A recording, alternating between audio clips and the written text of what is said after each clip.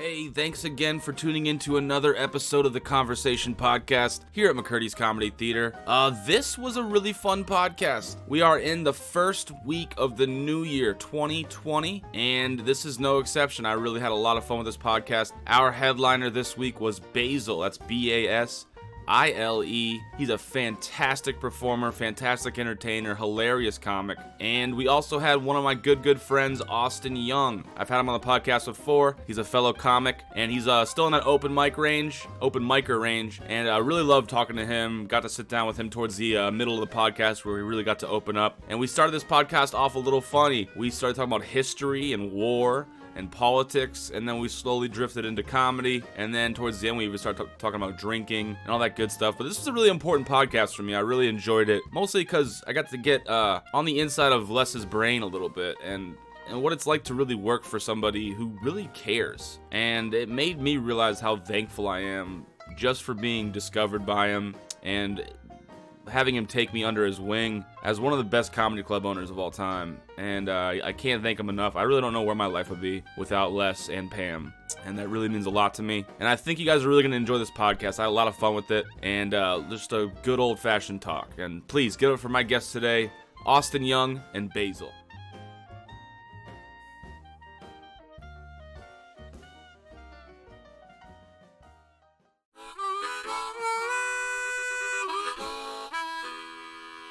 Welcome to the conversation. Right now, Oh my God. All right. This is Les Mccurdy. We're in the green room at Mccurdy's Comedy Theater. Once again, it's a conversation, and it's just as candid as we could be. Just the comics that are sitting back here having a natural conversation that we would normally have, except we got microphones in front of our faces, which kind of makes a difference. But it's normal. It's normal. It's normal. And what you're hearing right there is Basile, our headliner. That's Basile's voice. Hey, everyone. And then introduce yourself, please. This is Austin. And Austin is one of our local open micers who's moving up and doing pretty well and just joining us. And Mike, our producer. Hey. So there you go, right.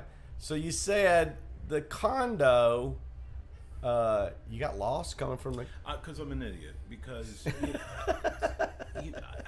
it's a moron. It's 5 blocks, by the way.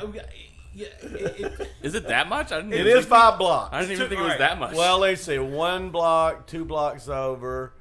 Not legitimately 3...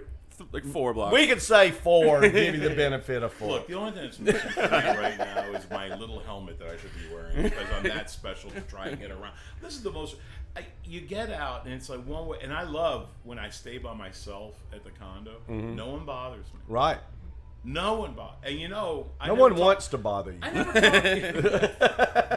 never talk in a third person, but this is the only thing I will say. Basile doesn't stay at condos, okay? Except yours. Right. Yours is the because but it's a nice condo. It's a great condo. It's very I don't know nice. how to operate the televisions, You hadn't but I figured want that to out? work on that. You know, because we I'm can an help idiot. you with that. Oh my God! That is probably our number one thing is that for some people walk in there click click click and it's just like, you know, again, may I reiterate, I'm a moron. And okay? but you're not the only one. I've had people go, I cannot figure this. The 2 remotes and turning the one I understand, and then the FiOS is the one I understand. But then there was a low battery because I tested the battery in the other one in the bedroom, and I'm like, okay, this is not working.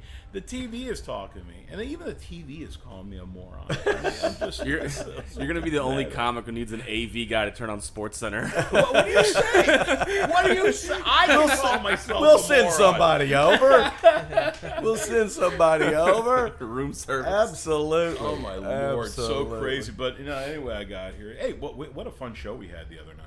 Oh, New Year's was really fun. Yeah. That audience was random. What'd you do for New Year's, Austin?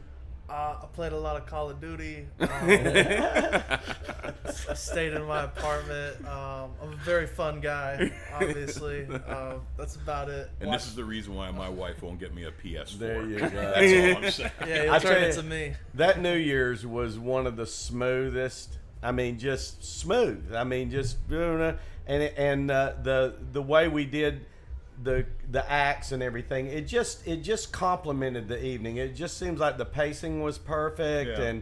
and went right up to, we gave away the gifts, the raffle gifts at the end, and when we gave away the last gift, I think there was exactly 6 minutes left before me. I mean, countdown. it was just It worked out pretty absolutely perfect, and you were perfect for the evening. I mean, for that thanks. crowd, because they're over 90. They're and so love They're you. over 90. No, That's what makes that's me not perfect. true. Not true. But it was just a great night, But speaking of the gaming stuff, my really for Christmas I get my nephew John. Is out in San Diego, John Taylor, and him and another guy several years ago is almost typical. I don't guess John's a millennial because he's about. I think John's early 30s. Was that Gen Z? I guess. I can't keep It up could with be. it. Yeah. He might be millennial. Gen Z. Yeah, right in there. If he was born. But anyway, working a regular job for somebody just ain't his cup of tea. He's done it. He's a millennial then. Unsuccessfully here and there, just But he's a really smart guy, super. So they started a podcast basically for gamers. Right. And it's a lot of trivia. It's a lot of throwback stuff that and what did you know, and this, that, and the other. Well, they've gotten the now. I think they've been doing it for 4 or 5 years. Well, now they're making $2,000 or $3,000 a month. Wow. Good for them. Off of their podcast. That's very And awesome. it's great. I mean, they're making a little living. Sure. And then I just got a book from him for Christmas. They put together a joke book that's all at gamers. Video games. and the jokes are stupid. They're just, and he says it up front. He goes, "It's inane. It's stupid. It's ridiculous. Why are you buying this book?" It'll sell 1 billion But copies you know what? just because Yeah. of that. What was really impressive to me, it's not self-published. It's Simon and Schuster. Oh, that's cute. He's published. Holy shit, He's yeah. published. And we were like, wow, man. And, it's I'm about halfway through it. I texted him. I said, I'm so proud of you. I said, I'm halfway through your book. I said, I've learned a lot about shit I don't give any two shits about, I mean, the language and everything, and I mean, there's jokes that if you're not a gamer, you have no fucking idea what it is. You don't know what the punch even means, Right.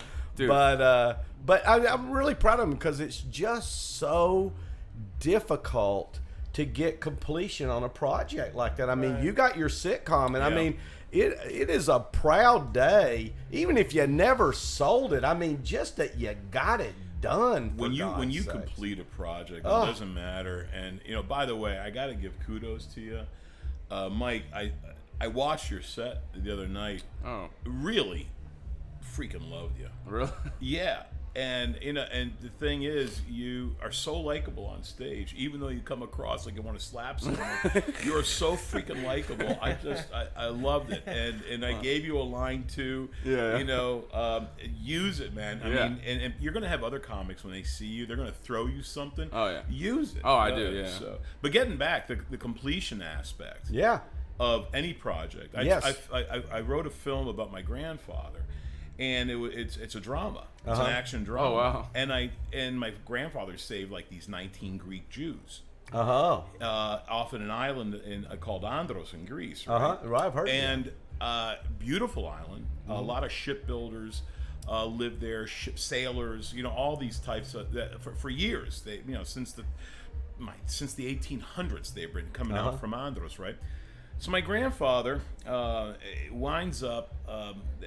Finding my dad found these people on a boat passed out, and there were 19 Greek Jews that left Thessaloniki in Greece to get away from the Nazis that just came in along with the Bulgarians, and they came in, and my grandfather, well, they didn't know how my grandfather felt, but my grandfather for 9 months he hid them, fed them, clothed them, put them on an English submarine off the Cove of Kypri, which is this one little cove there. And actually, all the while, he was anti-Semitic. He did not like Jews. Wow. But he didn't understand why anyone would kill a Jew just for the fact of them being Jewish. Right. One thing not to like somebody is another thing to want to commit genocide. Absolutely. Yeah, exactly. So my grandfather hid them the Italians just left, okay, and the Germans kind of took over, and because it was a very large island, and there was a lot of ship builders and owners who lived there and everything, they sent a small garrison of troops. Well, the guy who knew what was going on was this young German lieutenant who was not a fanatical Nazi, and he worked. He was a concert pianist too at a very young age. And the kid winds up knowing what was going on, this lieutenant, and never said a word. Wow. Never said a word. And he says people change in the most dire situations. Yeah. And that's why it's called hidden bias. Wow. I mean, you wonder, Wow. and I mean, it's got to be part of any culture that goes to war because a dictator decides you're going to go to war. Yeah. But you wonder in that situation, whether it's Nazi Germany or whatever, right. how many of those German people weren't Nazis. No, they weren't. You know what I Very mean? But small. it's like you either do. You're either going or they're going to shoot you in the damn head, and that's the way it is. Yeah. And how much maybe that did happen during the war? Only 20% of the German population during the Second World War belonged to the Nazi Party. Right. It's the same thing as it was in Russia.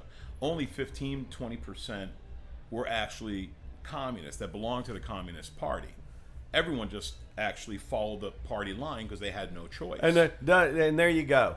20%, because once you go to the 80-20 rule, here's 20% of the country became this fanatical thing, and so the masses, 80% of the country.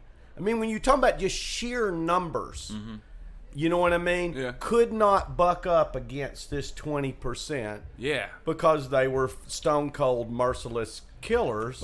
But they also controlled the military, Yes. which keeps everyone in check. But also Right, leadership right. too. Like the 80% have leadership against that. Was there? Well, they didn't control the That'd be military. They interesting. don't control the Did guns. they have? and Did they have interior protests against the Nazi Party? No, That's- no, because the Gestapo would get on you like Right. sweet. I mean, you got to understand at that time you wound up having the military, but everyone got caught up because all the Germans were very upset because of the deal that they got after the First World Right, War of and how course. screwed they got. Right. So they were for the Fuhrer, okay, Right. At first. Adolf Hitler, Right. and they were for him. But then all of a sudden they're going, wait a minute, let me get this right. It's nice that we took the Sudetenland. It's nice that we went into all these different little countries and we took Poland so we can have expansion.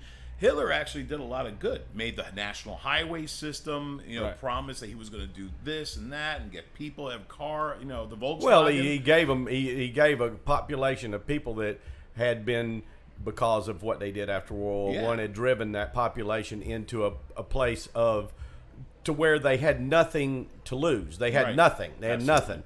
true. And I mean, that's the same way we see in countries all over the world. When you push a population into a situation where they've got nothing to fucking lose, well, guess what? You're going to end up with some crazy shit going on, you know. And then they get a leader that pops up there and is pretty smart and can galvanize some money and start getting them fed again and the heat and the power back on in the house and get you a job, and all of a sudden, but it's all for all the wrong fucking reasons, you know. Absolutely. And well, it's like a bit that I've been working on for a while, and I just really need to get completion on it.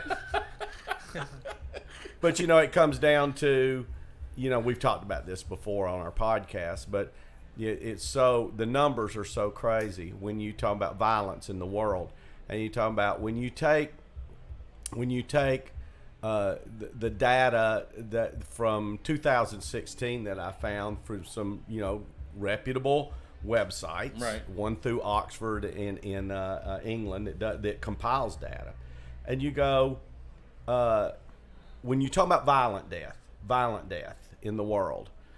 Because most people die of disease, car accidents, suicide. Those are your 1, 2, 3 top 3 killers of human beings. And then you go to homicide and war. Yeah. All right. So in 2016, 750,000 people died due to homicide and war. Okay. Right. So there's your killers. I mean, that was the violent deaths, Yeah. right? And even if you doubled that number, and put it up to 1.5 million, and you said out of everyone that was killed, there was a one-on-one. There was one-on-one. A killer, one killer killed for everybody that was killed. Right. That's never the situation. No. Right. And then also out of that, a lot of those deaths were due to security purposes, army, Right. police, just being security. They weren't doing a bad thing, Right. right? But still, you just beefing the numbers up there. So if you go 1.5 million people that are violent, that committed violent crimes, that committed all the violence that we hear about on the news, all of it, 1.5 million. There's 7.6 billion people in the world. That means the amount of violent people is less than 1%. It's not even 1% of the population. Yeah. So how in the fuck does 99% of human beings allow 1% to do all the horrible shit? How does that even exist? It would seem like that just the sheer mass of numbers. Yeah. You know what I mean? Of crush over 7 billion people all going, no. Yeah. Because they're not violent. Right. They're just not able to organize, or we're not able to organize in some kind of way to stop it. But yet, our numbers are so massive. Yeah. It's really hard to understand. And in the same way, you go when these radical things happen, when war happens, most of the people in that country don't want to go to war. No. I don't think anyone wants. There's No, not one of us that think well, that war, it's the leadership. There's a leadership that is decided. But there are times Boeing. that you have no choice. I mean, can you imagine? World War II. World War II. If we did not, and people say, because I really wonder, would we have won the Second World War if we had today's media? But the goof is, you go back to all wars, okay? I mean, you go back to you go England and France. If you go all the way back to Alexander the Great, Okay, yeah. if you go all the way back to Genghis Khan, those were just leaders that just wanted to acquire land, that just wanted to. They were conquerors to take and Make themselves wealthy. and right, and that was during a time when that's what human beings did. You know what I mean? Was there a reason for it? The only reason for it was to create more wealth and power for the leadership, and the people that had to do it, you had to do it, or they'd kill you. Yeah. So, in the grand scheme of things, were those wars necessary? No, they weren't necessary. Not totally. No. You know what I mean? Of course, there were times when people were being attacked, tribes and all that kind of shit. But still, those massive things. And then you go to the religious wars, the Crusades. The Crusades. Crusades. Were those necessary? Well, fuck no. We know that in this day and time. Those They were were not trying to branch out Christianity. exactly. That's They all weren't they're trying to do. necessary. Yeah. And you go, was the Spanish-American War necessary? No. Was the American Revolution okay? For us. For us, Yeah. we need our freedom. They separate, weren't going yeah, to give our absolutely. freedom. Okay, maybe that you go, okay, I can see a justifiable thing there. You go, World War I. No, we had no business being in World War I. And World War I was a crazy fucking war that they got into because somebody shot King Ferdinand somebody, was and shot. it was, you know what I mean? But we really. Did America need to be in there? Probably not. We were a supply. Vietnam, definitely not. Korea, no, didn't need to be over there. There was, when you really look at all the wars, there were some wars that we need, or conflicts that people needed to be in because they were simply protecting themselves from a bad guy. Yes, in those situations. But other than World War II, Yeah. where did we really need to be in these fucking wars? I mean, we didn't need to. Iraq was a fucking criminal war. Yeah, it was bullshit. You know what I mean? And the military people that go there, they're doing their job. They're doing what, I mean, I love, I mean, they're doing what they're supposed to do. Right. They're doing their job. It's not their fault. Yeah, In any way, it's the leadership, you know. We went to Afghanistan. We're still in Afghanistan. We needed to get Osama bin Laden is what we needed to get. Well, you know. But the problem was in those situations we're talking about. It just seems awful. You know, with Osama bin Laden. Now, could we have taken him out? You know, because the best thing we wanted to do was not create a vacuum. Because remember, we hated Iran more than we hated Iraq. Talking about Saddam Hussein? Yeah, Sure. No, I'm sorry, Saddam. Saddam Hussein. Yeah. We needed to get. So what we needed to do was to have the good guys go in there and take him out, and then, you know, because if we took him out and left, it would have created a power vacuum. Oh yeah. To Which allow we- another which we country do to all the come Which is time. what happened Yeah. in Lebanon with Sure. Gaddafi Benghazi. and all that Yeah, stuff. absolutely. You know, I mean, we know that now in hindsight. Well- but you know, I just can't help but you know when I'm working on this and I'm just trying to get statistics, and I don't know, I'm no expert, but Yeah. you're just trying to why, and then you follow the money, That's what it is. and you keep following the money, and you go. It's disturbing that the top, when you really look at the military, the what feeds the military complex, the corporations and stuff that make the weaponry and all that stuff. Well, most of those companies are in the United States. Sure. The ones that aren't in the United States, according to what I've been able to pull up on the internet, are in Europe. Yeah, Yeah. France. Especially. They're in France. They're in England. They're in Italy. And then Russia, I believe. No, Russia doesn't have- there is in the top 10 Oh, okay. Well, weapons producers. There are none outside of the United States and Europe, Samsung's a giant one. Yeah, they're but not- Japanese. Yeah. Samsung is Yeah. Japanese. but they're not in the top 10. No. They're, yeah, right. Not in the top 10. So, But it's the- disturbing. You know, and you have said way too much. You're Yeah, just I sitting know. there. So tell me about the remote controls on the TV. So, I mean, one usually controls like the Xfinity cable box. One's usually for your TV. Well, you control play the motor. war games, That's right. Yeah. right? What's your opinion on this? All right. 10 words or less. You play war games. As long as I can do no scopes, that's pretty cool. Yeah, it's the war economy. Like, you're talking about vacuum. Yeah. Like, once you create this economy, you can't leave it. Oh, hang on a second.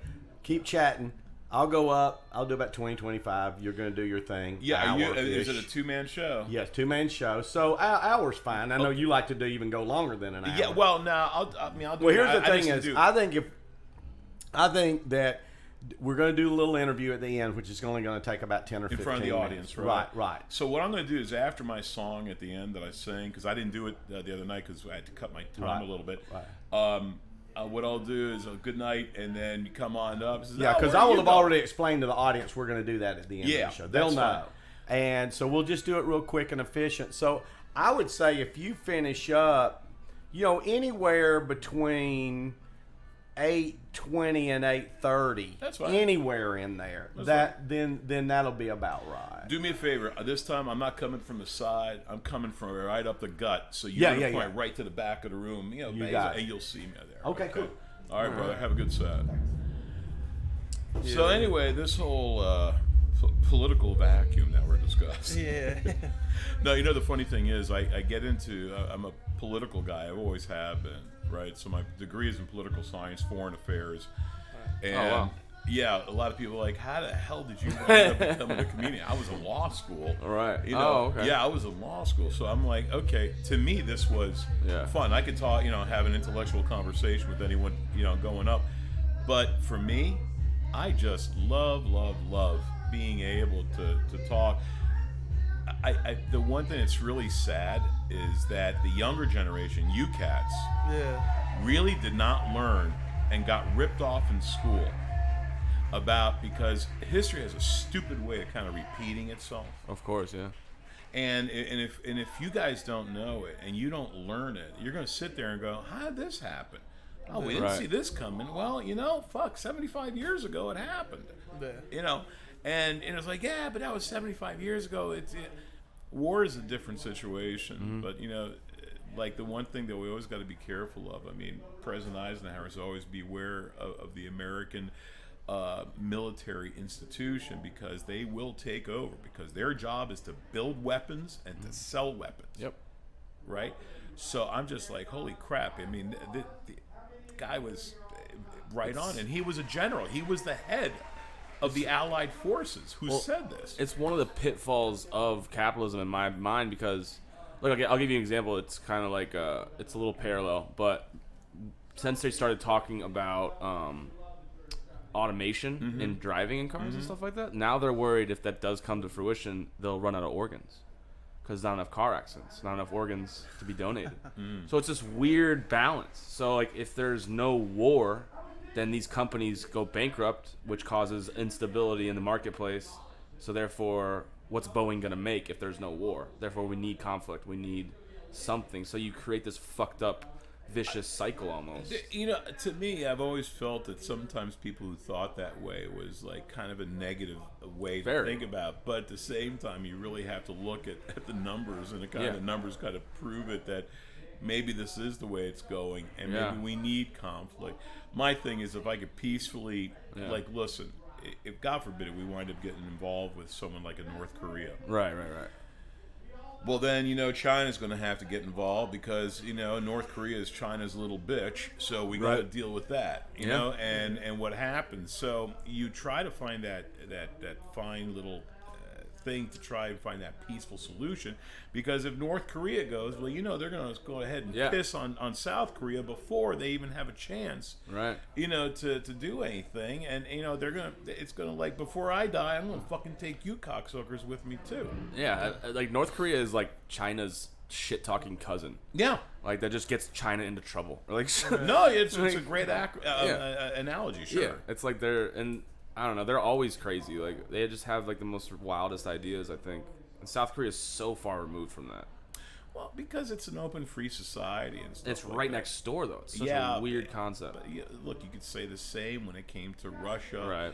And, well, at that time, there was East Germany, which was Russian, and West Germany. And you take a look at the two. I have friends of mine that worked for CIA back in the day. Oh, wow. And they were telling me, I mean, they're old cats, but they were telling me stories. I'm like, Jesus Christ, how did you do it? He goes, smuggling people out, taking people, you know, dissidents that you need to get out from, that cross from the Soviet Union into East Germany, then from East Germany to jump into the West Germany. I'm like, jeez, oh man. Well, that's what Putin was an agent in. He was more than an agent. He was the head of the KGB. Head of the KGB during that time. A little bit after. A little bit after. Yeah, there was a guy who was the head of Russia at that time, is Yuri Andropovich. Okay. And Yuri Andropovich was actually the head of the KGB at that time. Holy shit. Yeah. And that's why everyone freaked out With Putin? when he became out of Yuri Andropov when he became first secretary of the Soviet Union. Back then they referred to the leaders of the Russia who were a communist state as the first secretary, right? So everyone was petrified. Yeah. Well, then the Russians were petrified when George Bush won. Right. Number one was president because he was the head of CIA. Yeah. So everyone's going, oh my God. Yeah. He knows shit that no one else knows. Yeah. I just sit there and laugh, and I'm like, oh my God, all right. But what I'm gonna do is I'm not gonna leave right this second. Pretty soon I gotta leave because I want to see what he's doing up there and everything. But I've been dying. I've been really asking my wife, what do you want for Christmas? I want a PS4, right? And I want a PS4 Pro, but we didn't have the TV that I needed. I needed like a 4K TV or something like something, you know, digital that was higher quality than I have. Yeah. And I'm like, and my wife, I ain't getting, you know, damn PS4. You're a man, for God's sake. Like, yeah, but I want to play games too. You know, because I play my nephews, and I'm pretty good at the football thing because I call it on real quick. Yeah. And I'll call different plays. I know what I want to do, but they have so much experience of having to maneuver all these football players, and I'm like, damn it, son of a bitch, I'm gonna beat your little asses. Yeah. You know? So it's crazy. Oh, it is, man. Well, it's the video game industry. It's like it's dominated by young people mostly because of reaction times. Oh, so like the professionals that play, like they say, like once you get past like a certain age, you're just gonna slowly downgrade because you can't keep up with these kids that are super fast. There's people in their late 20s that are past their primes. Yeah, when they're pro they say the gamers. same thing about chess players, right? Yeah, chess players, all these chess players who are brilliant kids, take Bobby Fischer, Right. who was a chess master at age 13. Grand champion, right? Yeah. Grandmaster. Because he wound up beating, the Russian, Boris Spassky. Yeah. Right? He beat Spassky. And that was like back in the 70s when I was a little kid. They're going, well, Bobby Fischer is going to beat Spassky. And they would show like the move of the day. Right. On the newspaper, and where they went, and they would show like 10 moves that they did, bam, bam, bam, bam, and I'm like, holy shit! Yeah. And I'm pretty good at chess, but they had there's like they could have checkmated me in 3 moves, and it's an impossible thing to do, but That's they so probably crazy. done it. But that was huge too. I remember that was just when there was a huge rivalry between Russia and America. It was a huge, over a game, chess match. It was such a big moment in history. well, it's still the height of the Cold War. Start height of the Cold War, right? Sure. So if you really think about that, you're just like, wow. What was that's that pretty fucking neat. hockey movie about the same thing? Miracle. Oh my God! American. See, and that's the thing. That hockey movie Yeah. was the way it was still the height of the Cold War. Right. Yeah. All right. I had a friend of mine, a girlfriend's brother, who was on the USS Nimitz, the aircraft carrier. Yeah. And when the United States beat Russia, and it wasn't for the gold, they had to beat Russia to get into the gold game. That I think we won against Finland or something like that. That we won. Yeah. That we beat them. But that game was so important for us because remember we had the hostage situation that was in Tehran. Right. Right. And that was very, very bad. But as soon as we won, we were in the Gulf of not Hormuz, over the Iranian Gulf over there, and there was a Russian ship that came close to them. And the captain says, "Boys, let's give them the official American salute for us beating them." And all the sailors lined up on one side of this aircraft carrier. He goes, "Gentlemen, 1, 2, 3." They all took off their pants, Oh my God. bent over and waved to him like that. Right? Braveheart. Like the high sign, right? Between their legs, their balls are hanging, everything. Oh, They're God. showing the crack of their ass. That's to hilarious. me, but that's the way you piss off someone. Yeah. Yeah. Of course. And sometimes that's the missile that you couldn't fire. Yeah. The Right. real missile. Right. But look, my political ideology is a lot more conservative than a lot of other people. Sure, yeah. Because I know the intricacies that are involved with the world affairs that go on. Sure. And I worked in D.C. I worked on Capitol Hill. I worked for a Democratic congresswoman, and even though I was a right-wing political thinking person, I was a Reagan. My first president I voted for was Ronald Reagan. Right. And I'm like, oh my God, I was a teenager. I'm like, I'm gonna vote for Reagan. I'm sick and tired of this bullshit. We're gonna sit there, play second fiddle, fucking Iran. And I've always been under the guise that you never allow a third world country to go ahead and dictate to a first world country. Why do you think no one takes Israeli hostages anymore? Right. Because Israelis don't negotiate. Once you negotiate, you've opened up that box, that Pandora's box, that any 2-bit country can go ahead and just fucking drive you crazy. Yep. Right? So that was always my thing. But guys, listen, thank you so much for having me. Yeah, man. Absolutely. I know you probably wanted more of humor and shit. Ah, like no, that. We we got talked into the about- political rant, and you talked said way too I fucking know, much. a little chatterbox over here. You get me going. I can't stop. Man. So, but thanks so much, man. And listen, for all of you who are listening right now, you can always catch me on BasileLive.com. That's BASILELIVE.com. Or you can check all of our social outlets at Twitter, Instagram, and Facebook, of course, at Basile Fans. That's BASILEFANS. Always find out where we're at. Thank you so much for having me. Big Absolutely, Mike. man. Love it. And by the way, pleasure. loved your set the other day. Thank you, man. I'm just not telling you because I always fuck with you. Yeah. You always do my shirt thing that I do with you. But, dude, it was just a great set. Thanks, man. No, not a problem, man. Thanks so much for having me. Absolutely, man. Look forward. We're gonna catch a show in a little bit here, so. That's fine. All right. But yeah, we're going to the open mic tonight, right? Yeah. And, Cock and Bull. It's a weird place. I love it. It though. is. It's a weird. It's craft beer, axe throwing. You know what? Someone's always asked me to go to axe throwing. I'm like, I gotta try it. Yeah. Because I think, I have a hard time sticking a knife in a tree, and just Yeah. not throwing it the right way. Yeah. Right. The axe throwing's a lot easier though. Yeah, because you're Yeah. And they let you use 2 hands too. You can overhand it, put a little power into I it. know I'm strong enough. I just want to go here. Yeah. Just throw it like, flick Feel the like a wrist. ninja, just like Like a tomahawk, right? Like, Yeah, It is a tomahawk. yeah. is it a tomahawk or is it just a hatchet? Because there's a difference. Well, the hat Probably a hatchet. Yeah, you can throw hatchets, but they're not as good as tomahawks. But I don't know. I haven't seen it. tomahawks are meant to be like thrown. Right. Yeah. Yeah. Imagine the way it was fucking was with the Indian on these guys. Oh shit. Dude, that's terrifying. I'm from, well, you guys probably find here. I went to an old cemetery that was back in the 1700s. Oh wow. And I walked through there, and they're always very, very respectful. And you look on the ground, you find arrowheads. Oh wow. And I'm like, Like real authentic real ones. authentic arrowheads. That's a crazy shit. Cut through. All right. Yeah, man. So we got that, and then we got the 22nd of this month, by the way, for the Badass Cafe. I just got contacted Oh, the today. 22nd. Yeah, so it'll be That's a Wednesday. Wednesday. Yeah. Okay. Need to put. Yeah, That's what I was thinking. I was like, I thought I got another gig or something. Dude, Like, you know oh, what's that's funny? He texted me that today, and like immediately I got nervous. What about the gig? Yeah, because Why? it's my first headlining gig, so I was like, I don't know. I just immediately like all of a sudden I was like, Jesus, why am I feel like I'm about to perform tonight? Like it was just such a Yeah. weird feeling. It's like the first time you do an open mic or something. Yeah, and well- like you give yourself the time, and Like- you're not even performing. Like you book it like in advance or whatever. Right. And that whole time you're just thinking about doing it. Just thinking about it. You got nerves. Yeah, it's like as soon as the date's locked in, Yeah. it's like fuck. Because all now right. you know it's real. Now you know it's it's real. coming. Right. You're making your next step up. And I thought I had another month. I thought it was gonna be in Yeah. February, and then I was like, it's at the end of this month, and I'm like, oh shit. How all much right, how much time are you doing? 30. 30? You'll be fine. Yeah, I think I got it. Yeah, you'll be fine. Yeah, I'm having Steven Henry. He's gonna be doing about 15. Yeah, he's And I figure I'd bring you in for 10. 10. That's Yeah. fine. Yeah. And then whoever's gonna host it, I just hope that they don't put up a fucking 100 comics like they did last time. Oh my god. Is it a mic? What is it? It's a showcase, but they put up like 4 guest spots one time, Oh. and it was like the really? longest show ever.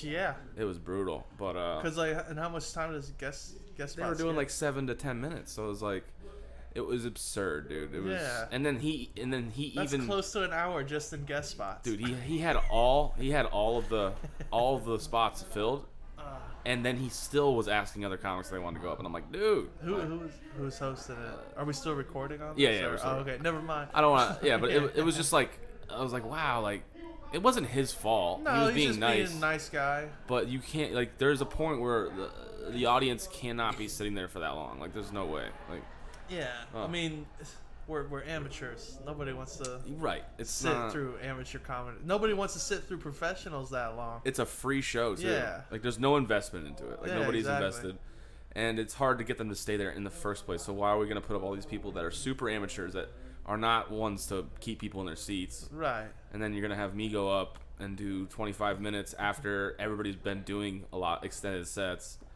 and then the headliner had a real tough time that night. I bet. I won't say who it is, but it was just I don't know. So I'm hoping it doesn't happen to me like this. Yeah. Like, I hope he doesn't put Nah, up I that many think- fucking people. I think you should be all right. Yeah. And if not, it's not like not to underplay. It's not like a high stake thing.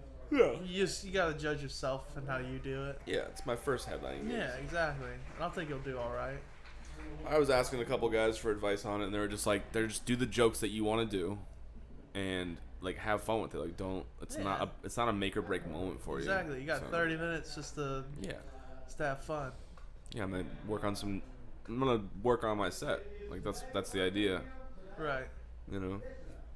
That's the hardest part. That was one thing that Damon Wayans was saying to everybody. He was like, if you're not working, even in a showcase scenario, like, if you're not still working on your set, you're just jerking off on stage.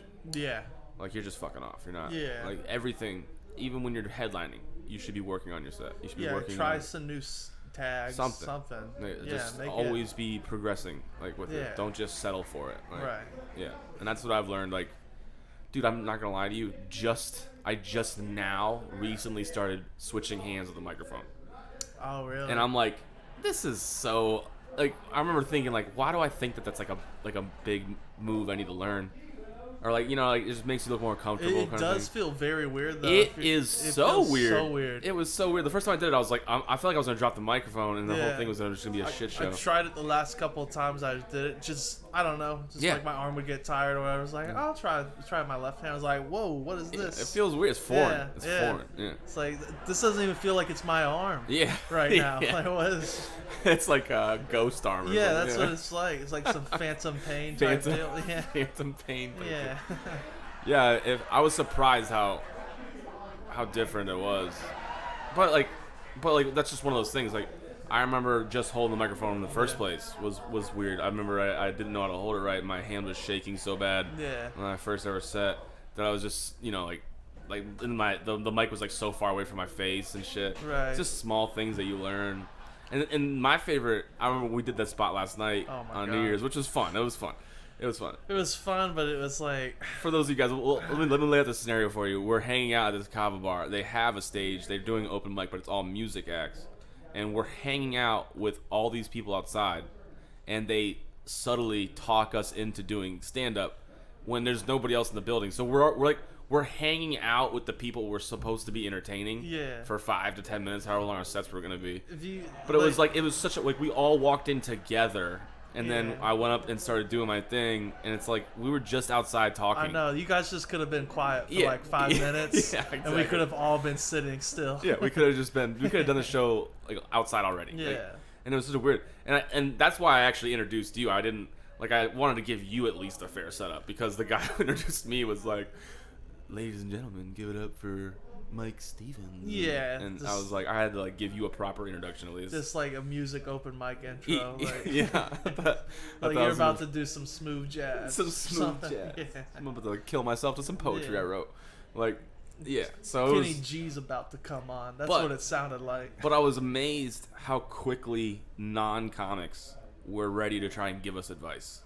Oh my God. I had to sit there and just like roll my eyes and bite my tongue and just be like, y'all don't know what the fuck you're talking about. They were like suggesting shows for us and stuff. Like, you guys should get up there and like riff on each other. That was and I was so like, funny. what? No. He goes, what if I put up 2 microphones and y'all could both be on stage together? And I was like, we're not good enough friends for that. We're not Jeff Ross and Dave Attell. Like, those guys are regarded as like the masters. Yeah, I'm like, let's give it some time before. Yeah. I want to get good at just me being on stage first before I start trying to be with somebody else. Like, if you guys want a show like that, just over listen. Like, it's so funny. Just eavesdrop on our conversation. And then they're telling me, you were very loud. And I was like, well, the room's loud. And they're like, oh, well, maybe, like, okay. And Austin, you need to project more. I do. Louder. But, to an extent. But it's like, they've also seen you one time. Yeah. In a really weird situation. Yeah. So, that's the funny part. I was just like, don't give us advice. Like, no. Like, we're good. Yeah, let's see how you do, dude. Yeah. You go up there and see how funny you are. It's not that they were being condescending about it. No. I think they thought they were trying to help, but realistically, it's like you're just trying to. We're not going to listen to you. No, you're not it's an experienced the problem person. with comedy is that everybody thinks that they can do it. Yep. Because it's just talking, and everybody can talk. Makes it look so easy. Yeah, exactly. A great comic makes other people think that they could possibly have a shot at it. Yeah. And an amazing comic makes you think like I could never do that. Like, that's impossible. Like it's weird how like there's a weird disconnect because you'll watch like very efficient comics and they're like, well, he's just talking because he looks like he's just coming off the top of his head. No, bitch, you've been working on that shit for like 5 years, so fuck you. You know what I mean? Like going to endless amounts of open mics, eating shit, having one good show for every 10 bad shows. Like it just happens. And then, but it just looks like you're talking out there. But an amazing comic, like a Louis C.K. comes in, and it just makes you want to quit tomorrow. Oh, like you're sure. just like, how could I ever possibly aspire to be like that? You know, it's just, it's crazy. And then, like I think Richard Jenny said it best. He said, "Terrible comics are some of the best influences." Because for up and coming comics, when you watch a terrible comic go up, and then you're like, I could do that. Oh, that's true. And then it true. inspires you to be like, well, I mean, if he's doing it, I could do that. Because my first open mic, I was like, I don't deserve to like try to be on the same stage as like Louis and Chappelle. And then I see a guy who's like, so I pissed in my pants, and I was like, well, I can do better than that. You're like, I was funnier than that in the parking lot. Like, exactly. Yeah. And that's great though. Like I remember that's what happened to me. I would watch these guys go up at these open mics, and I was like, they are not. Words to the wise. If you're thinking about doing comedy, just go to an open mic and just see how terrible they are, and then you'll get a lot of courage real quick. But also experience what it's like understand the environment, because that's what you're gonna have to go through for a long time. Right. Like you're not gonna get up to that stage. When people say that you're gonna bomb, like there's the advice that comics give and stuff. It's like, get used to bombing real quick. They're not just saying that just for like a cliche answer. They mean you're going to be bombing. Yeah. And you're going to bomb a lot. And you have to learn how to manage those emotions, because it does not feel good to be humbled. Like when you get humbled, but you learn so much. It's like fucking up on the job and like having your boss yell at you. Like you're going to like, it's a humbling experience, but like you're probably not going to do that shit again. You know what I mean? So it's not a good feeling, but there's times where I've actually enjoyed it, like to a weird degree. Like there's times where I go into a room and we're all bombing, and it's just the room, and it's just not primed for comedy, and I'm just sitting there with all my buddies, and we're like, the show sucks. Let's all just go one after another. It's like you're just waiting to be executed. Yeah. And it's so much fun to me for some reason. But then the worst ever is when, well, I won't go into that, but the worst ever is when you're by yourself, I think. It's like when you're going to a new room, maybe a new town you've never been to, and nobody knows you and you eat it. Oh, I know. Oh, that's when you drive like, all that distance. Yeah. I'm a little nervous because I got a show in Lakeland tomorrow. Right, that's far. Yeah, he said. Is it the Winner's Circle? I forget what it is. The Office, maybe? No, that's the bar next to us. Is it the comedy world? The world or the Comedy Museum or something like that? No, I forget what it is. I got a flyer of it, but cool. I'm a little nervous about it, just because of like I'm sure I'll do all right, but I mean if you drive over an hour, it's not good. It feels like such a waste of time, and then I'm really nervous because I have a gig in Miami. It's like my first real road gig. Yeah. And, like, it's only 5 minutes, but that's over 3 hours just for 5 minutes. I told my dad I was on it a guest spot? Yeah, I told my dad, it was like, I got my first road gig. And he's like, what? And he's like, how much are you getting? It was like $25. And he's like, you're going to drive over 6 hours just to talk for 5 minutes for $25. I was like, yep, that's. But you know, you should do. That's my dream. If you should, like, if I were you, I would try to work it out to where you maybe like can stay with somebody. Yeah. That way, and then maybe they can show you another mic or two, where you could maybe get up. Right. Because I mean, that is a lot. It's like 5 minutes, $25. Like you're not even making you're losing that immediately. That's going right to your gas tank, exactly. And that's not even gonna get you halfway back.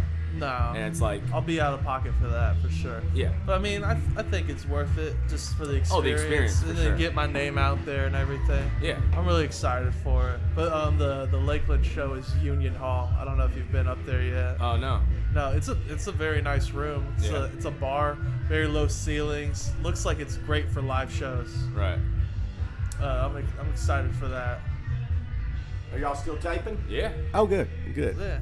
I'll finish up here in a minute. Well, good, man.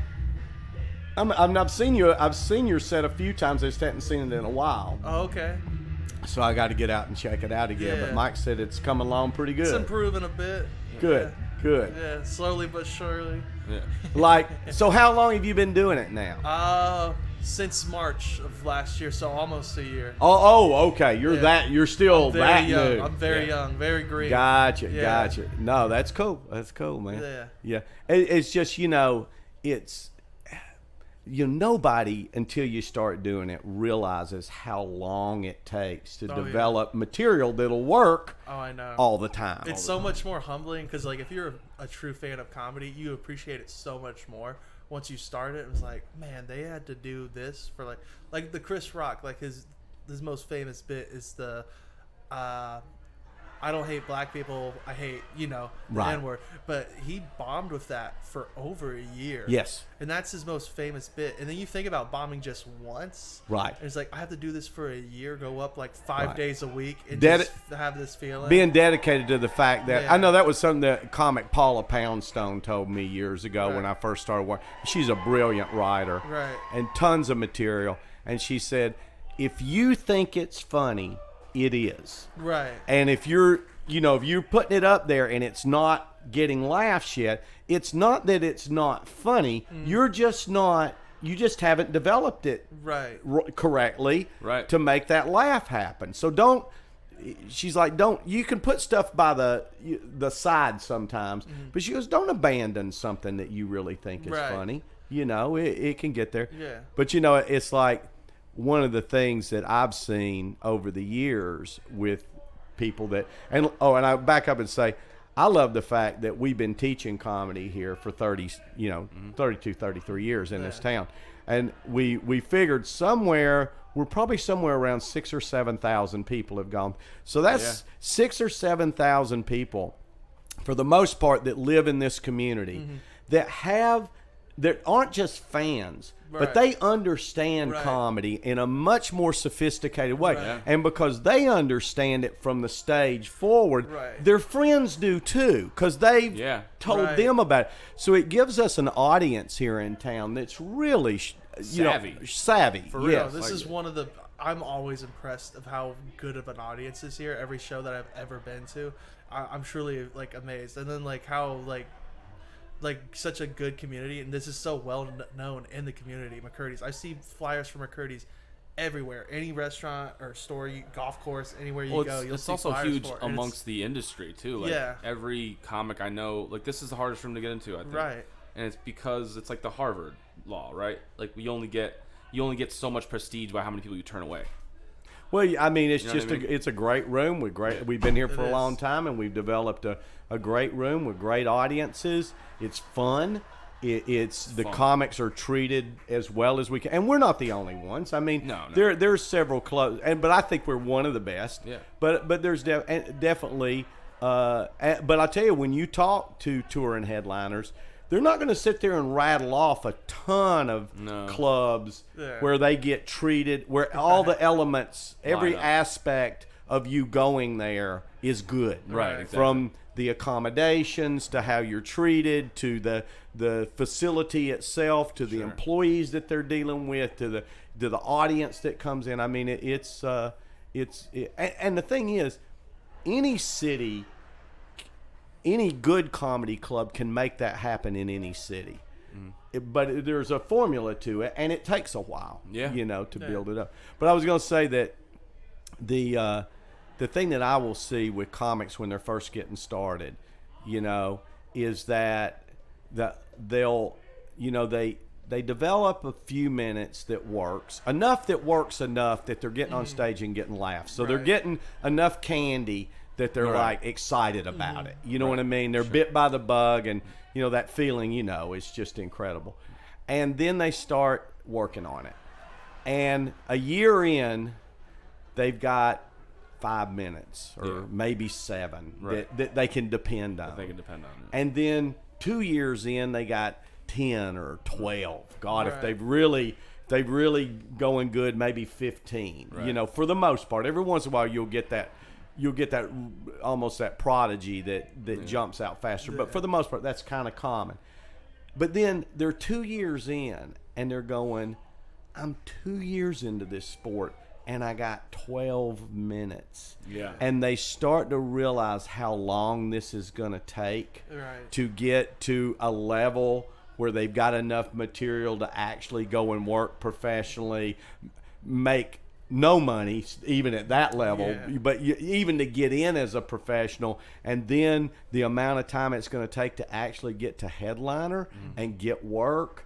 You're talking about, for most part, I think you're talking about minimum 6-7 years to 10 is kind of a 10's kind of a common number when you talk about develop and then get the work. You know what I mean? And I tell people, I go, it's about how long it takes to get a doctorate degree. Yeah. You know what I mean? And I see so many people bail after that second year. They start to fall off. I'm in my second year. And because they're just like, because to me is what I tell them. I go, if you do this with the same passion, the actors and dancers and singers and musicians do what they do because they just love it. not because they're ever going to make much money at it, not that they hope they don't, not that they think that maybe they could, but that's not the reason. They just absolutely love it, and they're going to do it forever because they love it. If you're a comedian and you have that mindset, I think you got a chance at sticking with it long enough, to maybe something happen. But if you're in it because you're like, oh man, in 2 years I'm going to quit my fucking job doing that shit I hate, and I'm going to be just doing frustrated. Kind of. That's not going to be happening soon, but. Yeah, it's if you're in it for the wrong reason, almost like the fame reason. No, like you're trying to. I mean, it's not bad to have that as a goal down the line. Yeah, that's great. But if that's the only, if it's make or break that, I feel like it's it's daunting. And you put like a 2 or 3 year timeline. Yeah. I mean, when I first got into it, me and Ken Sons were a comedy team, and we were both like, I had a theater degree. Right. Ken had a degree in special ed and elementary ed. We felt like, hey, we're smart. We know what we're doing. I'm trained in theater. We've watched this. We can figure out some unique things, and we really truly felt like we could get on like the Tonight Show in a couple of years. Right. Yeah. Like get on the Tonight Show, not just headline. Yeah. You know what I mean? Oh, we were so fucking stupid. But we were. A lot of that just kept us going. Initially, thinking we were a little better than we were. Did you ever run into like the delusional? I mean, I'm sure you had, obviously, but the delusional comics where, like, it's almost like, it's like they don't understand how bad they are. Oh yeah.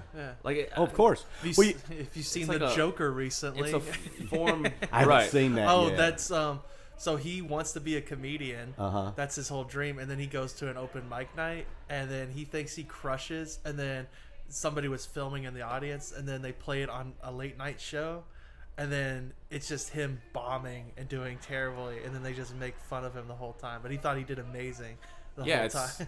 I just don't know how to. Is it a form of like? Is it just delusional? I can't tell because it's been happening illness. more and more. Well, the thing is, I've told comics before. I said I think in the beginning you almost have to have a false sense of self. You almost have to believe you're better than you are, or else you just quit. It's depressing. It would be depressing. You know what I mean? So I think that in the beginning, you know what I mean? If you're just getting chuckles, right, it's a laugh. You made a laugh happen, right, and that and you can feed off of that. Yeah. And to you, let's say you go up here on open mic night and there's 40 people, which is in the place, which is a big crowd in our lounge over there, nice crowd. And say that you do your 5 minutes, and out of that 5 minutes you've got 10 or 15 attempts at a laugh, right, and out of that 7 or 8 of them, at least half, get a reaction. Right. You at least, and now maybe it's only 4 or 5 people that actually laugh out loud, but you on stage, I think the act on stage goes, I got a laugh. Right. You know what I mean? So they're not looking at it from the point of view of, you got 5 people to laugh out of 40. They're like, I got a laugh. They got a laugh. Right. And that is enough. Yeah. And if that happened 10 times, they would think, I had a really good set tonight. Now, to us out here, we're going, not really. Right, exactly. You really had. One of the things I see on that. But I think sometimes it'll keep you going. That's true. Yeah. It feeds you enough that you believe you're better than you are, so it keeps you in the ball game. Elevated a little bit. Yeah, just a little tiny bit of that is good, but I mean, there's some people where they'll go on stage for like 5 minutes and they won't get a single laugh. Like, you won't even see people, but then they'll get off stage and are like, man, I crushed. So like, I don't know about that. Yeah, that's that's a little bit of a mental illness. That is delusional. Yeah. Well, the thing that's totally like that person's going to have a tough time getting better. Right.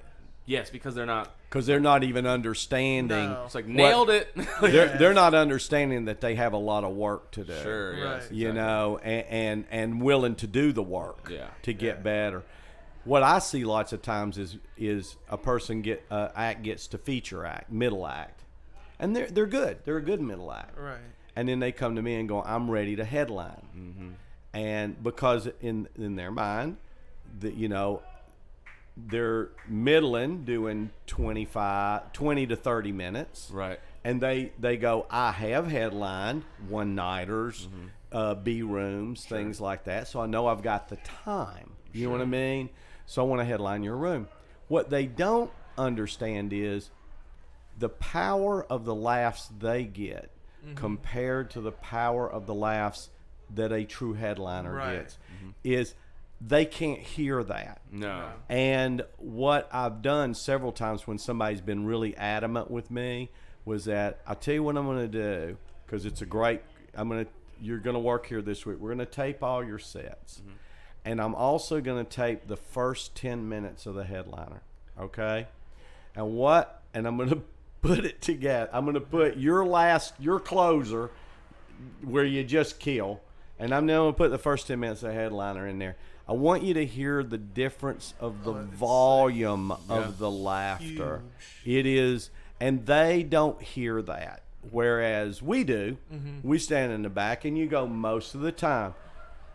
When a feature act goes up and does really well, and they do, and they get great laughs, but that headliner goes up, and within 5 minutes, they take it to another level. That's their you job. know, and that's where I go. See, I need to hear that level of laughter in your set. Right. You know, and what happens in that situation is that that's when headliners will start saying, they start going, wow. When a headliner goes, wow, that guy is good. Like, they're sitting there going, whoo, I gotta work. I gotta up my, I better not be back on my heels, because this guy right here brings it, and I need to jump right out there and bring it. Right. You know what I mean? You've had that happen a few times, right? With I think you were talking about Mike Rivera. Yes. Where he was just shutting down a He couple was of the head. killing. Well, Mike Rivera, and I've had a few people do this, have gone up and they destroy the room. And then I tell them, I go, I have to tell them, you can't come back here as a middle. Because I go, it's not fair to the headliners having to follow you. Yeah, exactly. I would have to only book you with super high energy headliners. Right. That can meet your energy. Which means less work, technically, right? Kind of a thing. And but they're ready to go. I'm trying to think of who I had in here last year that was the case. The headliner came to me. Oh, was it JB Ball? No, it wasn't JB Ball. I think it was whoever. I want to say it was whoever was opening for Eric Meyer. Oh, Bill? Bull? Ose? I can't remember, but whoever it was doing really great. Yeah. I mean, was really doing great. And of course, Eric but he just kills. But he's got a little insecurity there too, and that's the way Mike was, and he was coming back to me going, "Fuck, Les." I said, "You'll do fine." Yeah. It just goes Eric up fucking and Myers, just dude. fucking kills him. Yeah. But that keeps him on his toes, though, I feel like. I'm glad that he thinks that way, because that means he's never resting. Well, I know we've said this in the podcast before, but I think that one of the things that I remember that I experienced was moving from opener to middle was not a big step. It was just more time. Right. It's just I developed more time. So, but it wasn't a big step. There was no pressure on moving from being an opening act to a middle act. More time, and you're making more money, and everything was So I thought moving from middle to headliner would be the same thing. Once I got the time, I was ready. It'd be.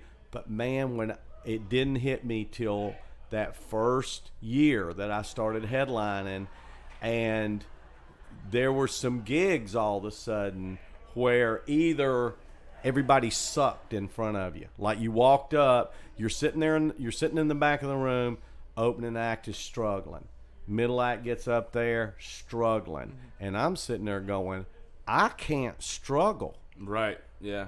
I can't. No. Now, both the opening and the middle can have excuses and blame it on this, that, and the other. I go, there's no excuses for me. No. I'm the damn guy.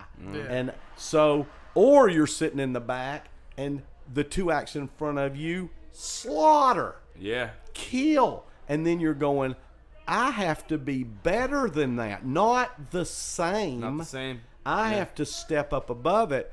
And so you go, man, I did not, realize how stressful it was getting into headline and knowing that you're the show. Mm-hmm. You're the show. You're what everybody's dependent on. Yeah. And it took a couple of years to get some confidence in that you knew you could take a bad crowd and make something out of them, or you could take a great show and make it better. Yeah. But that's the headliner.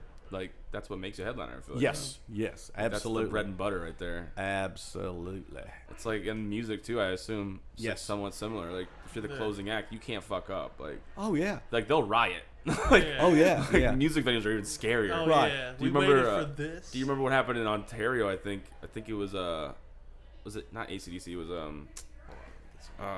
Ontario, Canada, or Ontario, California. I think it was Canada. Okay.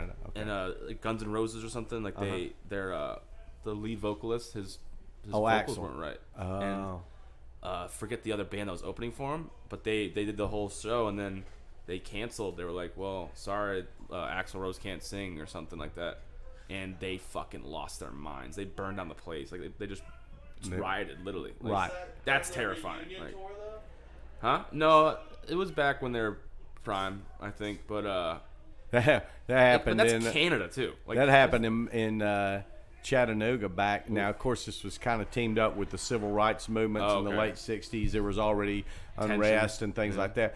But we had at the auditorium there, they had, I can't remember who the act is, but it was somebody like James Brown or Wilson Pickett or somebody. Same thing. They got sick, and that was back when people bought their tickets cash. Right. You know what I mean? Yeah. So what happened was everybody shows up and they go, the show's going to be postponed. They didn't say, it's canceled tonight, but it's going to be, hold on to your tickets.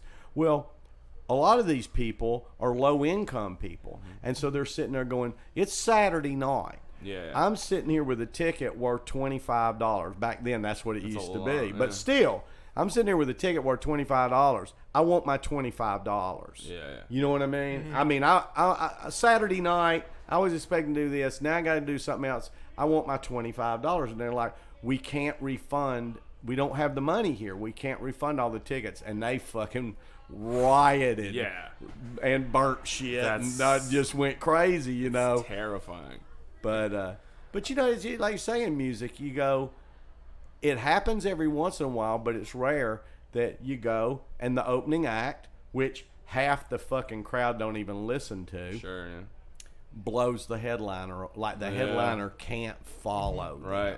Yeah. And every once in a while that happens. That does happen, But it's not often. It's usually at festivals I find out because there's so many acts. So it's like when there's just so many things, like you'll have like so many different types of like audience members. So like they'll be like, I don't know, they were great. They weren't so fucking. I remember way back, and I'm going way back when I was in high school. Yeah. The Byrds came to Chattanooga, and that was Eric Clapton. The Yardbirds or just the Byrds? Oh, the Byrds. Okay. Yeah. And of course, British band, super famous, hits on the radio. Right. But they're eclectic rock, kind of. Why in the world they picked this band to open for them in the South? The Goose Creek Symphony, and never heard of them. But these guys were kind of a country rock before that had really happened. Right. And so they were country, but they were high energy, and they kind of had a southern rock kind of thing about them and they were great, and they had mandolins and banjos and great guitar players and fiddles and all that stuff, but with a rock vibe to them. Wow. And they just tore the roof off that place. Yeah. And then here come the Byrds of and then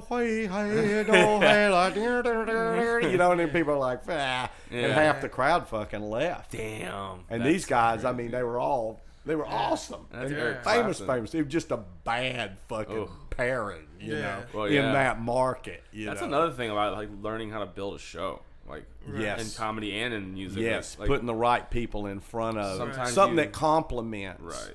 You know. Because sometimes you think like, oh, he's funny or she's funny, and then this person's really funny. So there you go. And it's like, no, not necessarily. Yeah, right? two like, different styles of humor. Or whatever. Right, You're like- gonna put- Or especially when you have a clean headliner and Right. you put the two acts in front of them Yeah. that are Dirty. that use a lot of profanity in it, and it's Right. like, well, that's or vice versa, Right. Or vice versa. you know, kind of a thing. Yeah. Yeah. But That's what makes it good. Like, you know, I think Bronwyn's pretty good at that, right? She knows how to put a show together. well, Bronwyn and I, you know, You over both, the right? over the years, you know, as I got to the point where we were, you know, I think about the point where we were 25, 26 years in, Right. you know, and you know, I was getting into my mid 50s, and I was at that point where I was like, I know that I want to start moving more towards not having to be here.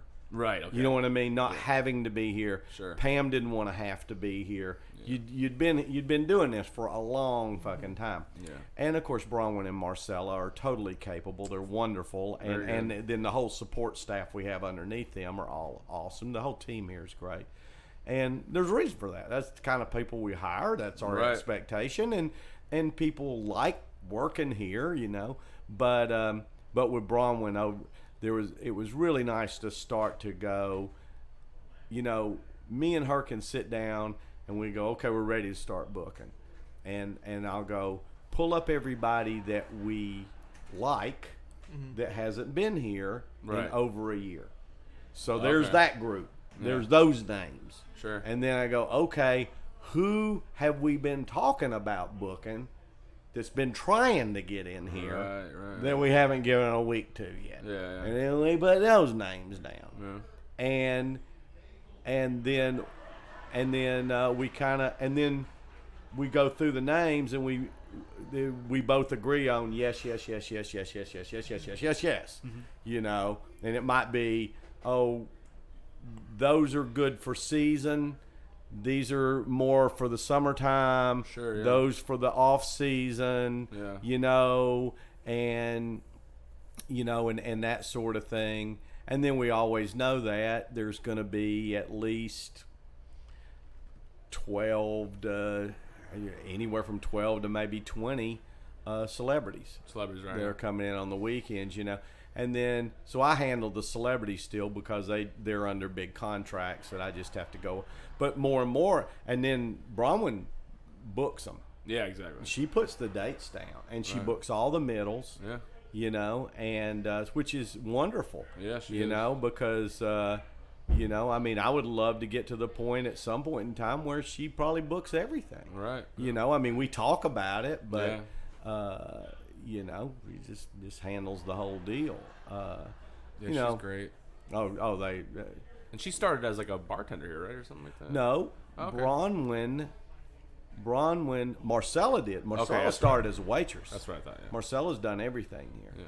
Yeah. But Bronwyn, she went to high school here. She is her family's from Wales. Okay. Yeah. That's right. And so so she'd always gone back and forth as a kid, you know. Right, yeah. And so when she got out of high school and everything, she moved over there Right. and started working for a comedy clubs there called Jongleurs. Oh, okay. And I think they're still around. But Jongleurs were like the Improv here. There's a bunch of Jongleurs. Right. You know, it's corporate comedy. You Right. know, they're a, you know, It's they a have them. chain. Yeah, it's Yeah. a chain. And so she started working for Jongleurs, and then she got involved in the Edinburgh Festival. Wow. And she was working for both. Right. You know, doing both things. Yeah. And then, sadly, her sister got cancer, Oh shit. and breast cancer, I believe, and ended up dying from that cancer. And so when her sister got cancer, who was married and had 2 kids and this, that, and the other, Bronwyn came home to help out and help with her nieces. And so when she came home, she was kind of looking around for something to do, and we were we were hiring, and she popped in, and Wow. That's an impressive resume too. and Pam, something about when she first came in, I don't know. I don't remember what the story. Bronwyn and Pam know it better. That I don't think it clicked immediately. Oh, wow. For some reason, I don't remember why. I don't know if it was she wanted full time and we only had part time, or maybe we weren't paying enough. I don't know what it was. But there was something that it didn't click immediately. Sure. But then, as soon as she got in the door and within a very short time, months. Yeah. It was like, we found somebody really. I hope she stays. Yeah. And we didn't know if she would or not. She didn't intend on it. She told us from the very beginning, I'm here to help with my sister and daughter. And of course, at that point, the hope was she would make it, she would beat it, and then I think her intent was to go back to England because she loves London and loves it over there. And nope, we got lucky and kept her. And I say, Marcella just developed through the system. Well, the big thing with Marcella was that she. When she first started here, she was a server and she was still partying and she was just like, and then she got to the point where she went clean and sober. Mm-hmm. And when she went clean and sober, we weren't comfortable her working in a liquor environment. We wanted her to be successful at it. Yeah. And so we let her work daytimes. But like the phone calls and stuff. Yes, but we had a strict rule with her. By 5 o'clock, she had to be out of the building. She had to be... No temptations. Yeah. She had to be gone. And then she got to the point where she was like, you know what? She'd been clean and sober for a while, a couple of years or something. And she was like, I can handle it. I can handle waiting tables, and I'm not gonna backtrack now. So we let her start working nights again. And it just morphed into. That's amazing. We decided we wanted a manager. Pam didn't want to have to be here all the time at nights. We were looking for somebody to train, and she stepped up. And damn, she's just great. She is, and the fact that you guys cared enough to just do that for her, I think that's awesome. We cared, but I mean, also she had to be someone that was working hard enough in her life. You know what I mean? You know what I mean? Where, we felt like, she deserved it. Right. Sure, she did deserve it. She's got to make the effort herself. Oh, absolutely. Absolutely. Yeah. And she's been good about being clean. It's crazy. 13, 14 years, I think, right? Oh, God, yeah. It's amazing. Awesome. Absolutely. And I just actually recently quit drinking, not for any particular reason. I honestly just got tired of feeling bloated and shit. Like beer and shit. I just got tired of feeling like shit, and then I realized how much freedom I had with not drinking. Right. I love driving for some reason. I love being able to just go. Right. If I want to go to the next place, I can go to the next place. Right. And then I realized I didn't need alcohol to have fun with all my friends. Right. They might needed it, but I didn't really need it. Nah. And then I had a beer. You guys would laugh at me. I had 2 beers on Christmas Eve with my family. Passed the fuck out. Like an old man. I fell asleep I just ate all the pie on Thanksgiving. And they were making fun of me. Are you kidding me right now? My 72-year-old uncle's partying until 3 o'clock in the morning. I'm just passed out on the couch. It was hilarious. Yeah. Are you not much into alcohol? Not really. I mean, I'll drink occasionally, but not. I've only blacked out once. Had little bits of you went to coming college. Together. Exactly. Yeah. So I just remember, I don't remember why, but I was peeing out a window, and then second story or first story? Sure. No, and then later just a cop was there, and I remember he was talking to me, but I don't remember what he was saying. And then I woke up in my own car. I was that was the last time I went really hard, but I was other than that, it's never really fancied me that much. Right. Yeah. Right.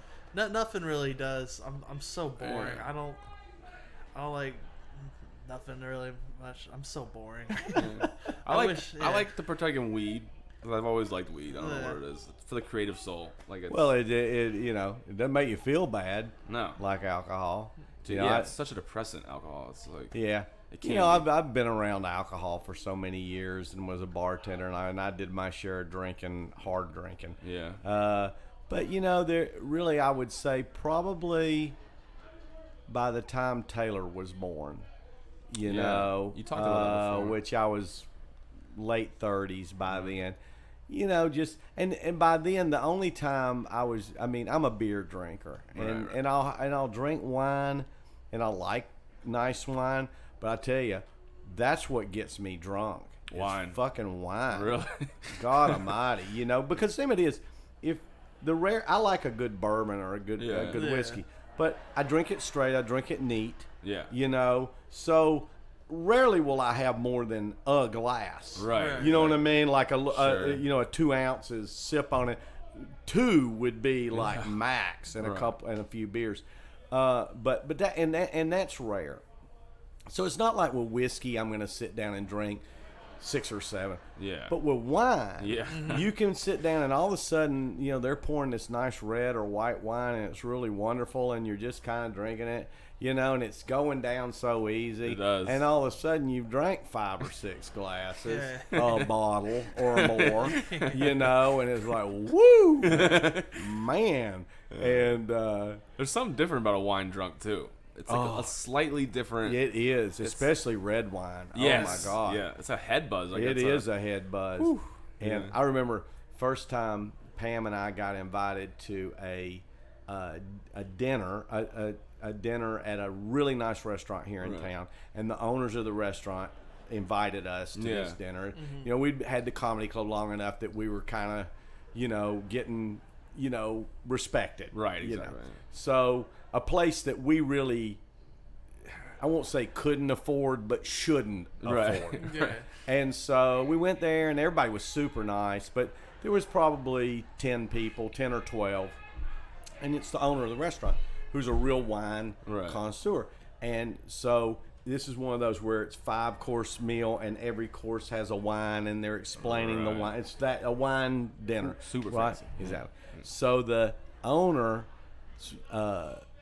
wife is so sweet, and we'd known her for a while, and she used to come to the club more.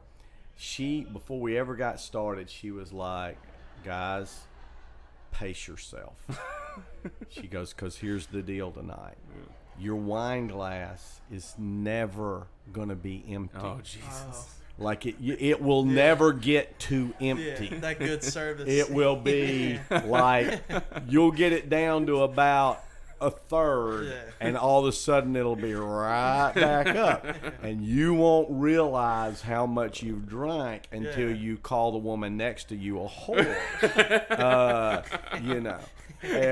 But she was like, and she was so right, and we've been to we've been to a bunch of those now, and it's hard to pace yourself at those. Oh, yeah. Because you're really not cognizant of how much you're drinking. You're just having fun and you just great wine, so it's going down so easy, and the next thing you know, you are fucking hammered. Yeah. And there's been some nights where it just goes down like water. Oh yeah, it's like nothing. Absolutely. There's been some Well, that's nights. those new fucking. We just got them too. Oh, the the seltzers? White Claws. Oh Yeah. yeah. Those are dangerous, dude. Of course. Yeah. Oh my God! Like I've seen people on the beach just crushing like 12 packs of themselves, and I'm like, they think that like, oh, it doesn't taste that. Well, harsh. the thing is like that's that typical thing of going, that's the alcohol companies trying to get young people to start drinking. Very when true. you start having the fruity flavored fucking, you know what I mean? And It's like it's- that ain't for, And it's meant for the light drinker. Yeah, It's it not. is. It's not a heavy It's targeted drink. No. to women. It's targeted to Yeah. people that don't Yes. drink as much, so they Right. feel like they can. I can crush these, and it's 5% fucking alcohol. It's more than a beer. Oh Yeah. yeah. It's like, what the fuck is wrong with you people? Yeah, Yeah. it's crazy to me. No. Or like Bud Light with the drinkability. Yeah. Like, Yeah. oh, dilly. Who are you marketing to? Come on. Yeah. Get And outta that here. still is amazing to me. With all the craft beers that out there, all the choices that you have in beers, just an amazing array of different wonderful beers. Still, Bud Light. everywhere in this damn country, Bud Light is your number one beer. Every bar I know, every guy I know will tell you, Bud Light, baby. You know what my theory is behind that? They steadily place themselves as the default beer. Yeah, they do. Because I've noticed that from serving, where I'll be like, they're like, well, what do you have? I'm like, I got a full bar back there, man. Like, I can make it pretty much anything you want. Yeah. And they start thinking about it, and their wheels start turning, and then like as soon as they feel like they get rushed, Bud Light. Just bring me a Bud. Yeah. Well, you know, part of Like, my buddies all Yeah. ask about that, who I know like craft beers and stuff. sure. And I'll go, you still drink Bud Light? And they go, well, look, craft beers are heavy. Yes, exactly. They're heavy. They have a lot of alcohol. They're rich. They go, I can only drink about 3 or 4 or 5 of those at the most, and I'm getting full, and you know, da, da, da. So they go, I'll have a couple of craft beers, you know, here and there. But a Bud Light, I can drink 12 of them motherfuckers. You know what I mean? And they can't. And You still know, be and they're like, hydrated. it's no big deal. You know, There's a lot of water. yeah. in So, Bud Light. It's fine. so I think a lot of it is people that want to drink a lot of beer. All day. Yeah. They want to drink a lot of beer. They'll stick Yeah, with a think light about beer. the- It's and it's cheaper. priced. Bud Light's at Yes. events and stuff like racing, football games. You're tailgating. They're, you're playing. They're the golf. activity Bud Light beer. Ultra. They're the activity Yeah, beer. that's the activity beer. Yeah. Yes, Yeah. absolutely. Ultra too, like they're like trying to sell. Like I remember when they were doing the commercials with Lance Armstrong. Like, Yes. like he stops his race to drink fucking Michelob Ultra. That's how they basically made it seem. Like it's so light, even this guy drinks. So like, bullshit. Exactly. The nonsense. Uber athlete that's going to have a Mick Ultra. Yeah, it's such a Less lie. carbs. Yeah, it's such bullshit. This will get me to the top of the mountain. Like, I'm becoming an athlete tomorrow. That's what Olympic people drink. Yeah, exactly. Exactly. They can't even look at beer like in the Olympics. All right, I'm It's gonna ridiculous. go out here and watch the end of his show. So right. we're doing. Let's wrap it up. No, this is good. This is Yeah, good. it's a I'm lot of glad fun. you joined us. Yes, sir. Thanks for having me. Absolutely. We're gonna get you on the open mic so we can Yeah, that's take a look right. at you. Absolutely. All right. Thanks, man. Yeah, no problem. Thanks for having me.